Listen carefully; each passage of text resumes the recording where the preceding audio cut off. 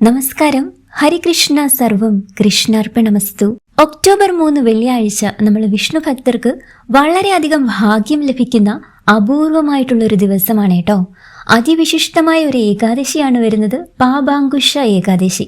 ആശ്വിനി മാസത്തിലെ ശുക്ലപക്ഷത്തിൽ വരുന്ന ഈ ഏകാദശി 2025 ഒക്ടോബർ 3 വെള്ളിയാഴ്ചയാണ് ആഗതമാവുന്നത്.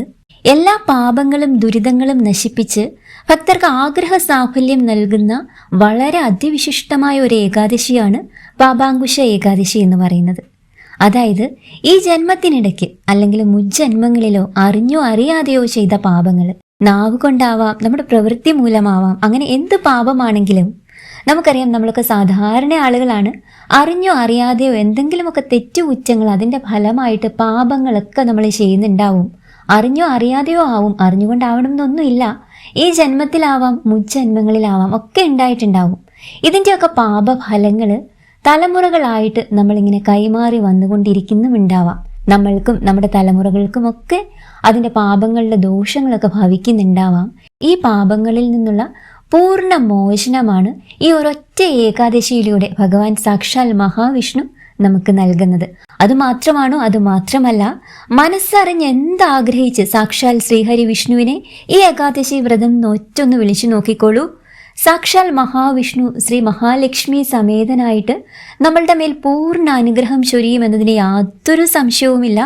ഭഗവാൻ വിളിപ്പുറത്തെത്തുന്ന അപൂർവമായ ഒരു ഏകാദശി കൂടിയാണിത്.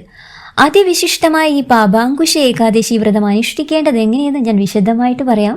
അതിനു മുൻപ് നമ്മുടെ തുളസി തീർത്ഥം എന്ന ഈ ഒരു ചാനൽ നിങ്ങൾ ആദ്യമായിട്ടാണ് കാണുന്നതെങ്കിൽ ഒന്ന് സബ്സ്ക്രൈബ് ചെയ്യാൻ മറക്കരുത് കേട്ടോ. അതുപോലെ തന്നെ നമ്മുടെ ഈ വീഡിയോ ഒന്ന് ലൈക്ക് ചെയ്യാനും മറക്കല്ല കേട്ടോ. നമുക്കറിയാം, ദശമി, ഏകാദശി, ദ്വാദശി എന്നീ 3 തിഥികൾ, അതായത് ഈ 3 ദിവസങ്ങളിലായിട്ട് ആണ് നമ്മൾ ഏകാദശി വ്രതം, ഏതൊരു ഏകാദശി വ്രതമാണെങ്കിലും നോൽക്കുന്നത്. അങ്ങനെ ഒക്ടോബർ 2, ഒക്ടോബർ 3, ഒക്ടോബർ 4 എന്നീ 3 ദിവസങ്ങളിലായിട്ടാണ് നമ്മൾ അതിവിശിഷ്ടമായ ഈ പാപാങ്കുശ ഏകാദശി വ്രതം നോൽക്കാൻ പോകുന്നത്. ഏകാദശി തിഥി വരുന്ന സമയം ഞാനൊന്ന് പറയാട്ടോ, ശ്രദ്ധിക്കണേ. ഒക്ടോബർ 2 വ്യാഴാഴ്ച വൈകുന്നേരം 7:10 മുതൽ ഒക്ടോബർ 3 വെള്ളിയാഴ്ച വൈകുന്നേരം 6:32 വരെയാണ് ഏകാദശി തിഥി വരുന്നത്. അതുകൊണ്ട് തന്നെ ഏകാദശിയും മഹാദ്വാദശിയും കൂടി ചേർന്ന് വരുന്ന ഒക്ടോബർ 3 വെള്ളിയാഴ്ചയാണ് നമ്മൾ ഈ അതിവിശിഷ്ടമായ പാപാങ്കുശ ഏകാദശി വ്രതം നോൽക്കേണ്ടതായിട്ടുള്ളത്. ആശ്വിനി മാസത്തിലെ ശുക്ലപക്ഷത്തിൽ വരുന്ന ഈ ഏകാദശി അതിവിശിഷ്ടമാണ്. അതായത് നമ്മൾ ചിന്തിക്കുന്നതിനുമൊക്കെ അപ്പുറം വിശിഷ്ടമായ ഒരു ഏകാദശിയാണിത്. പാപസ്വരൂപിയായ ആനയെ ഭഗവാൻ തോട്ടികൊണ്ട് നിയന്ത്രിക്കുന്നു എന്ന സങ്കല്പത്തിൽ നിന്നാണ് പാപാങ്കുശ എന്ന പേരുണ്ടായത് കേട്ടോ.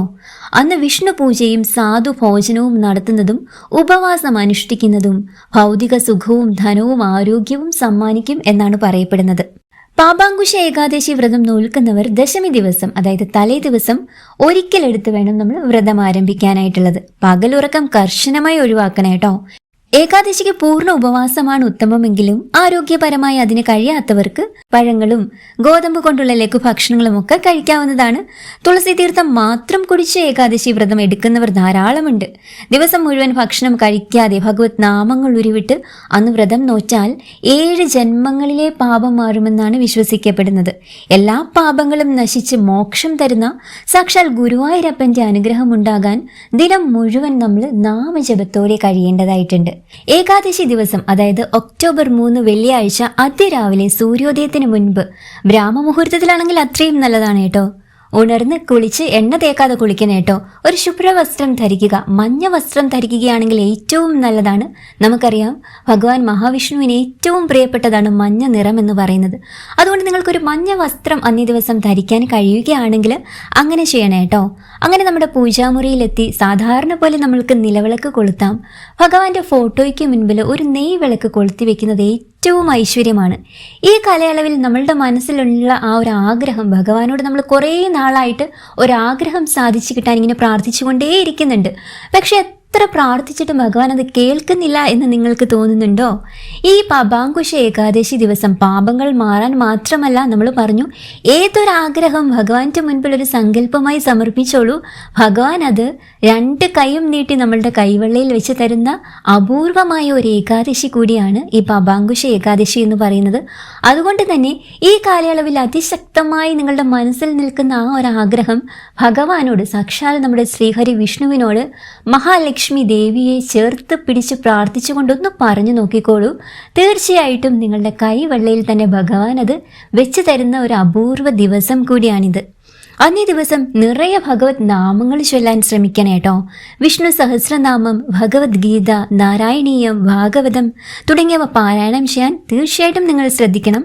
ഇതിനൊപ്പം ഓം നമോ നാരായണായ, ഓം നമോ ഭഗവതേ വാസുദേവായ, ഹരേ കൃഷ്ണ കൃഷ്ണ കൃഷ്ണ ഹരേ ഹരേ എന്നീ മന്ത്രങ്ങൾ കഴിയുന്നത്ര തവണ ചൊല്ലണം. മഹാവിഷ്ണുവിന്റെ അഷ്ടോത്തരം, വിഷ്ണു ശതനാമ സ്തോത്രം, നാമത്രയാസ്ത്രം എന്നിവ കേൾക്കുകയോ ജപിക്കുകയോ ചെയ്യുന്നത് ഏറ്റവും ഐശ്വര്യമാണ് ഈ പാപാങ്കുശ ഏകാദശി ദിവസം. വിഷ്ണു അവതാരമൂർത്തികളുടെ മന്ത്രങ്ങളും കീർത്തനങ്ങളും കഴിയുന്നത്ര കേൾക്കുന്നതും ജപിക്കുന്നതും വൈഷ്ണവ ക്ഷേത്രത്തിൽ ഈ ഒരു ദിവസം ദർശനം നടത്തുന്നതും അതീവ ഭാഗ്യമാണ് നമ്മൾക്ക് കൊണ്ടുതരുന്നത്. നമ്മൾ പറഞ്ഞു, അതിരാവിലെ കുളിച്ച് ശുദ്ധിയായി നമ്മൾ നിലവിളക്കും നെയ്വിളക്കും ഒക്കെ ഭഗവാന് സമർപ്പിച്ചു. ഭഗവാനോട് നമ്മളുടെ ഈ കാലഘട്ടത്തിൽ ഏറ്റവും കൂടുതൽ ഒരു ആഗ്രഹമായിട്ട് മനസ്സിൽ നിൽക്കുന്ന ആ ഒരു ആഗ്രഹവും ആവശ്യപ്പെട്ട് കഴിഞ്ഞു. ഭഗവാൻ ഏറ്റവും ഇഷ്ടപ്പെട്ട ഒരു നിവേദ്യം സമർപ്പിക്കുന്നതും ഏറ്റവും ഐശ്വര്യമാണ്. അതായത് നമ്മളുടെ കൈകൊണ്ടുണ്ടാക്കിയ ഒരു നിവേദ്യം. പ്രത്യേകിച്ച് അമ്മമാരൊക്കെ അവരുടെ മനസ്സറിഞ്ഞ് ഭഗവാൻ എന്ത് നിവേദ്യം സമർപ്പിച്ചാലും, അത് പാൽപായസമാകാം, അതൊന്നും ഇല്ലാച്ചാലും എന്തെങ്കിലും ഫലവർഗ്ഗങ്ങളാണെങ്കിലും ഒരു നേന്ത്രപ്പഴമാണെങ്കിലും മതി കേട്ടോ, ഭഗവാന് തൃപ്തിയാവും. ഭഗവാനെ മനസ്സറിഞ്ഞൊന്ന് സമർപ്പിച്ചാൽ ഭഗവാൻ അത്രയും സന്തോഷിക്കുന്നത്, ആ ഒരു സന്തോഷം നമ്മളുടെ മനസ്സിലും വന്ന് നിറയുന്നത് നമ്മൾക്ക് അനുഭവവേദ്യമാവുന്നതാണ്.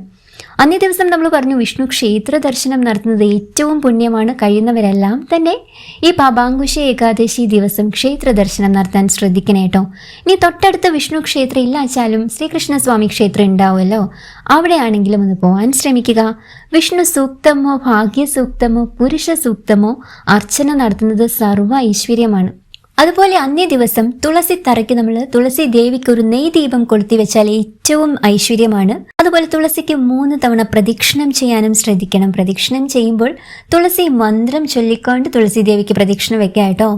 പ്രസീദ തുളസി ദേവി പ്രസീദ ഹരിവല്ലഭേ ക്ഷീരോദ മദനോത്ഭുതേ തുളസി ത്വം നമാമ്യഹം. ഈ തുളസി മന്ത്രം ജപിച്ചുകൊണ്ട് നമ്മൾ 3 തവണ തുളസി ദേവിക്ക് പ്രദക്ഷിണം വെക്കാവുന്നതാണ്. അതുപോലെ തന്നെ വിഷ്ണു ക്ഷേത്രത്തിൽ ഭഗവാന് 4 പ്രദക്ഷിണമാണ് വെക്കേണ്ടത്.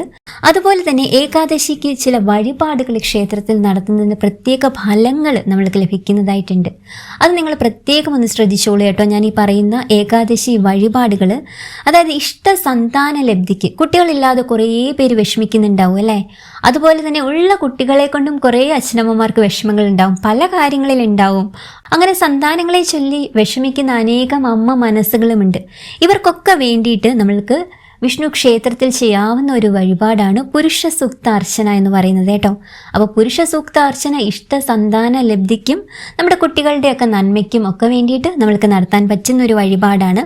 ഇനി ഭാഗ്യസിദ്ധിക്കും ധന അഭിവൃദ്ധിക്കും വേണ്ടിയിട്ട് നമ്മൾ സാമ്പത്തികമായിട്ട് കുറച്ച് പിന്നിലേക്ക് നിൽക്കുകയാണ്, അതുപോലെ ഭാഗ്യമൊക്കെ തടസ്സപ്പെട്ട് കിടക്കുന്നുണ്ട്, കുറേ കാര്യങ്ങൾ കൈവെള്ളയിൽ വന്നിട്ട് തട്ടിത്തെറിച്ച് പോകുന്നുണ്ട്. എന്തുകൊണ്ടാണ്? നമ്മൾക്ക് ആ ഒരു സമയത്ത് ഭാഗ്യമില്ല എന്ന് നമ്മൾ പറഞ്ഞു പോകും അല്ലേ. അതൊക്കെ മാറാൻ വേണ്ടിയിട്ട് പൂർണ്ണ ഭാഗ്യം, സർവ്വ സൗഭാഗ്യം ലഭിക്കുന്നതിന് വേണ്ടിയിട്ട് വിഷ്ണു ക്ഷേത്രത്തിൽ ഭാഗ്യ സൂക്ത അർച്ചന നടത്തുന്നത് ഏറ്റവും ഐശ്വര്യമാണ്, പ്രത്യേകിച്ച് ഈ ഏകാദശി ദിവസം കേട്ടോ. അതുപോലെ ആയുസ് വർദ്ധിക്കുന്നതിന് വേണ്ടിയിട്ട്, ആയുർദോഷം എന്തെങ്കിലും ഉണ്ടെങ്കിലൊക്കെ നമ്മൾക്ക് രോഗമുക്തിക്കുമൊക്കെ വേണ്ടിയിട്ട് ചെയ്യാവുന്ന ഒരു അർച്ചനയാണ്, വഴിപാടാണ് ആയുർ സൂക്താർച്ചന എന്ന് പറയുന്നത്. മഹാവിഷ്ണു ക്ഷേത്രങ്ങളിലൊക്കെ നമ്മൾക്ക് ഇത് ചെയ്യാവുന്നതാണ്, ആയുർ സൂക്താർച്ചന. ഇനി ബുദ്ധി വികാസത്തിന്, ഇതും നമ്മൾക്ക് നമ്മുടെ കുട്ടികൾക്ക് വേണ്ടിയിട്ട് ചെയ്യാവുന്ന ഒരു വഴിപാടാണ്. പഠിക്കുന്ന കുട്ടികളൊക്കെ ഉണ്ടെങ്കിൽ അമ്മമാർ തീർച്ചയായിട്ടും പഠനത്തിൽ കുട്ടികളെ പിന്നോക്കം നിൽക്കുന്നു എന്നൊക്കെ വിഷമിക്കുന്ന അമ്മമാർ ധാരാളം ഉണ്ട്. ആ ഒരു കുട്ടിക്ക് വേണ്ടിയിട്ട് നമ്മൾക്ക് ചെയ്യാവുന്ന ഒരു വഴിപാടാണ് വെണ്ണ നിവേദ്യം. ഇത് മഹാവിഷ്ണു ക്ഷേത്രത്തിൽ ഒന്ന് ചെയ്തോളൂ കേട്ടോ. തീർച്ചയായിട്ടും അതിൻ്റെതായ മാറ്റങ്ങൾ കുട്ടിക്ക് ഉടനടി വരുന്നത് നമ്മൾക്ക് അനുഭവിച്ചറിയാൻ സാധിക്കും. അതുപോലെ തന്നെ ധനധാന്യ വർധനവിന് വേണ്ടിയിട്ട് നമ്മൾക്ക് ചെയ്യാവുന്ന മറ്റൊരു വഴിപാടാണ് പാൽപായസ നിവേദ്യം എന്ന് പറയുന്നത്. അതുപോലെ തന്നെ നമ്മളുടെ കുടുംബ ഐശ്വര്യത്തിനും കോപശമനത്തിനുമൊക്കെ വേണ്ടിയിട്ട്, അതായത് കുടുംബത്തിലുള്ളവർക്ക് ചിലവർക്ക് ഭയങ്കരമായിട്ട് ദേഷ്യമൊക്കെ ഉണ്ടാവും, കുടുംബത്തിലുള്ള ചിലവർക്കല്ലേ ഭയങ്കര ദേഷ്യം, അതായത് ഒരു നിയന്ത്രണത്തിലില്ലാത്ത തരത്തിൽ ചിലർ വല്ലാതെ ദേഷ്യപ്പെടുന്നുണ്ടാവും അല്ലേ. അതൊക്കെ നമ്മുടെ കുടുംബ ഭദ്രതയും സമാധാനത്തെയും ഒക്കെ ഒരുപാട് ബാധിക്കുന്നുണ്ടാവാം. അതൊക്കെ മാറിക്കിട്ടുന്നതിന് വേണ്ടിയിട്ട് മഹാവിഷ്ണു ക്ഷേത്രത്തിൽ നമ്മൾക്ക് നടത്താവുന്ന ഒരു അഭിഷേകമാണ് ഭഗവാന് പാലഭിഷേകം എന്ന് പറയുന്നത്. തീർച്ചയായിട്ടും ഈ പാലഭിഷേകം മഹാവിഷ്ണു ക്ഷേത്രത്തിൽ നടത്തിയാൽ കുടുംബ സമാധാനം, അതായത് വഴക്കുകളൊക്കെ ഉണ്ടെങ്കിൽ അതൊക്കെ മാറിയിട്ട് കുടുംബത്തിൽ പൂർണ്ണമായും ശാന്തിയും സമാധാനവും ഭക്തിയും ഒക്കെ വന്ന് നിറയുന്നതാണ്. ഇനിയും സന്താന ലാഭത്തിന് വേണ്ടിയിട്ട് സന്താന ഗോപാലാർച്ചന ചെയ്യാം കേട്ടോ. നമ്മൾ പറഞ്ഞു ഇഷ്ട സന്താന ലബ്ധിക്ക് പുരുഷ സൂക്ത അർച്ചന എന്ന് പറഞ്ഞു. അതുപോലെ തന്നെ സന്താന ലാഭത്തിന് നമ്മൾക്ക് ചെയ്യാവുന്ന മറ്റൊരു വഴിപാടാണ് സന്താന ഗോപാലാർച്ചന. ഇതെല്ലാം ഏകാദശി ദിവസം, ഏകാദശി വ്രതത്തിനോടനുബന്ധിച്ച് മഹാവിഷ്ണു ക്ഷേത്രത്തിൽ ചെയ്താൽ നമ്മൾക്ക് പൂർണ്ണ ഫലം ലഭിക്കുന്ന വഴിപാടുകളെ കുറിച്ചിട്ടാണ് ഞാൻ പറയുന്നത് കേട്ടോ. അതുപോലെ ഐശ്വര്യവും മംഗളസിദ്ധിയും കിട്ടുന്നതിന് വേണ്ടിയിട്ട് സഹസ്രനാമ അർച്ചന ചെയ്യുന്നത് ഏറ്റവും നല്ലതാണ്. അതുപോലെ നേത്ര രോഗങ്ങൾ കൊണ്ട് നിങ്ങൾ ബുദ്ധിമുട്ടുന്നുണ്ടെങ്കിൽ നമ്മൾക്ക് ഭഗവാന് നെയ്വിളക്ക് സമർപ്പിക്കാവുന്നതാണ്. അത് അഭീഷ്ടസിദ്ധിയും ഫലം നൽകും കേട്ടോ. അതുപോലെ രോഗദുരിതങ്ങളാൽ ധാരാളം പേര്, അമ്മമാരും അച്ഛന്മാരും ഒക്കെ പ്രായമുള്ളവരും ഇപ്പൊ ചെറുപ്പക്കാരും വരെ വളരെയധികം രോഗങ്ങളാൽ ബുദ്ധിമുട്ടുന്നുണ്ട്. ഈ രോഗങ്ങളെല്ലാം മാറി നമ്മൾക്കൊരു പൂർണ്ണ ആരോഗ്യം ലഭിക്കാൻ വേണ്ടി, പൂർണ്ണ ആരോഗ്യം ഉണ്ടെങ്കിലല്ലേ നമ്മൾക്ക് ഈ ഏകാദശി വ്രതങ്ങളും മറ്റു വ്രതങ്ങളും, ഇനിയിപ്പം ക്ഷേത്രത്തിൽ പോയി ഭഗവാനെ ഒന്ന് കാണണമെങ്കിൽ തന്നെ പൂർണ്ണ ആരോഗ്യം വേണം അല്ലേ. വയ്യാഴിക മൂലം ക്ഷേത്രത്തിൽ പോകാൻ പറ്റാത്ത ധാരാളം പേരുണ്ട്, അമ്മമാരൊക്കെ വിഷമിക്കുന്നുണ്ടല്ലേ. അപ്പം സുദർശന ഹോമം ഒന്ന് ചെയ്യുകയാണെങ്കിൽ തീർച്ചയായിട്ടും നിങ്ങളുടെ രോഗങ്ങൾക്കൊക്കെ ഒരു അറുതി വരുന്നതാണ്. തീർച്ചയായിട്ടും ആരോഗ്യം വീണ്ടെടുക്കാൻ ഭഗവാന്റെ കൃപ കടാക്ഷങ്ങൾ പൂർണ്ണമായും ലഭിക്കും ഈ ഏകാദശി ദിവസം നമ്മൾക്ക് ഒരു സുദർശന ഹോമം ഒക്കെ നടത്തുകയാണെങ്കിൽ കേട്ടോ. അപ്പം തീർച്ചയായിട്ടും ഈ പറഞ്ഞ വഴിപാടുകളൊക്കെ പ്രത്യേകിച്ച് എല്ലാ ദിവസവും ഒക്കെ ചെയ്യാവുന്ന വഴിപാടുകളാണ്. പക്ഷേ ഏകാദശി ദിവസം തീർച്ചയായിട്ടും അന്നേ ദിവസം ഈ പറഞ്ഞ വഴിപാടുകളൊന്ന് മഹാവിഷ്ണു ക്ഷേത്രത്തിൽ നടത്തി നോക്കൂ. നമ്മുടെ ജീവിതം തന്നെ മാറി മറിയുന്നത് നമ്മൾക്ക് അറിയാൻ പറ്റും. അതുപോലെ തന്നെ നമുക്കറിയാം ഹരിവാസര സമയം എന്ന് പറയുന്നത് ഏതൊരു ഏകാദശി വ്രതത്തിനും അപൂർവമായൊരു മുഹൂർത്തമാണ്. ഈ സമയത്ത് ഭഗവത് സാന്നിധ്യം അതിശക്തമായി ഭൂമിയിൽ നിൽക്കുന്ന ഒരു സമയം കൂടിയാണിത്. അതുകൊണ്ട് തന്നെ ഹരിവാസര സമയത്ത് നമ്മൾ പൂർണ്ണമായിട്ടും വ്രതം നോൽക്കേണ്ടതും പൂർണ്ണമായും ഉറക്കമൊഴിക്കുന്നത് ഏറ്റവും ഐശ്വര്യമാണ്. ആ ഒരു സമയത്ത് മഹാവിഷ്ണു ഭജനം പൂർണ്ണ ഫലസിദ്ധി നൽകുമെന്നാണ് പറയുന്നത്. അതായത് നാമജപങ്ങൾ കൊണ്ടും കൃത്യമായി ചിട്ടകൾ പാലിക്കുന്നതിലൂടെയും ആഗ്രഹ സഫലീകരണത്തിന് ഇതിലും പറ്റിയ ഒരു മുഹൂർത്തം ഇല്ലെന്ന് തന്നെ പറയാം. ഈ പാപാങ്കുശ ഏകാദശിയുടെ ഹരിവാസര സമയം എന്ന് പറയുന്നത് ഒക്ടോബർ 3 വൈകിട്ട് 11:56 മുതൽ ഒക്ടോബർ 4 രാവിലെ 11:56 വരെയാണ്. ഈ ഒരു സമയത്ത് തീർച്ചയായിട്ടും അഖണ്ഡ നാമജപം എന്ന് പറയുന്നത് തീർച്ചയായിട്ടും വളരെയധികം ഐശ്വര്യം നമ്മുടെ ജീവിതത്തിൽ കൊണ്ടുതരുന്നതാണ്. അതുപോലെ തന്നെ പിറ്റേ ദിവസം, അതായത് ഒക്ടോബർ 4 ശനിയാഴ്ച രാവിലെ പാരണ വീടേണ്ടതായിട്ടുണ്ട്. പാരണ വീടിയാൽ മാത്രമാണ് നമ്മൾ വ്രതം പൂർണ്ണ ഫലസിദ്ധി ലഭിക്കുക. പാരണ വീടേണ്ട ആ സമയത്ത് തന്നെ പാരണ വീടാൻ തീർച്ചയായിട്ടും നിങ്ങൾ ശ്രദ്ധിക്കണം. ഒന്നുകിൽ നമുക്ക് ക്ഷേത്രത്തിലെത്തി തീർത്ഥം സേവിച്ച് നമ്മൾക്ക് പാരണ വീടാം, ഇല്ലാച്ചാൽ നമ്മുടെ വീടുകളിൽ തന്നെ തുളസി തീർത്ഥം സേവിച്ചിട്ടും നമ്മൾക്ക് പാരണ വീടാവുന്നതാണ് കേട്ടോ. പാരണ വീടേണ്ട സമയം എന്ന് പറയുന്നത് ഒക്ടോബർ 4 ശനിയാഴ്ച രാവിലെ 6:10 രാവിലെ 10-11 ഇടയിലുള്ള ഒരു സമയത്താണ് നമ്മൾ പാരണ വീടേണ്ടതായിട്ടുള്ളത്. അങ്ങനെ ഈ പാപാങ്കുശ ഏകാദശി വ്രതം അതിൻ്റെ എല്ലാ പൂർണ്ണതയോടും കൂടി നോൽക്കാൻ നിങ്ങൾക്ക് സാധിക്കട്ടെ. സാക്ഷാൽ ശ്രീഹരി വിഷ്ണുവിൻ്റെയും ലക്ഷ്മി ദേവിയുടെയും സാക്ഷാൽ നമ്മുടെ പൊന്നു ഗുരുവായൂരപ്പൻ്റെയും അനുഗ്രഹം നിങ്ങളുടെ ജീവിതത്തോട് ചേർന്ന് തന്നെ ഉണ്ടാവട്ടെ എന്ന് പ്രാർത്ഥിക്കുന്നു. ഇനിയും പുതിയ വീഡിയോ ആയിട്ട് കാണാം. അതിനു മുൻപ് നമ്മുടെ തുളസി തീർത്ഥം എന്ന ഈ ഒരു ചാനൽ ഇനിയും നിങ്ങൾ സബ്സ്ക്രൈബ് ചെയ്തിട്ടില്ലെങ്കിൽ ഒന്ന് സബ്സ്ക്രൈബ് ചെയ്യാൻ മറക്കരുത് കേട്ടോ.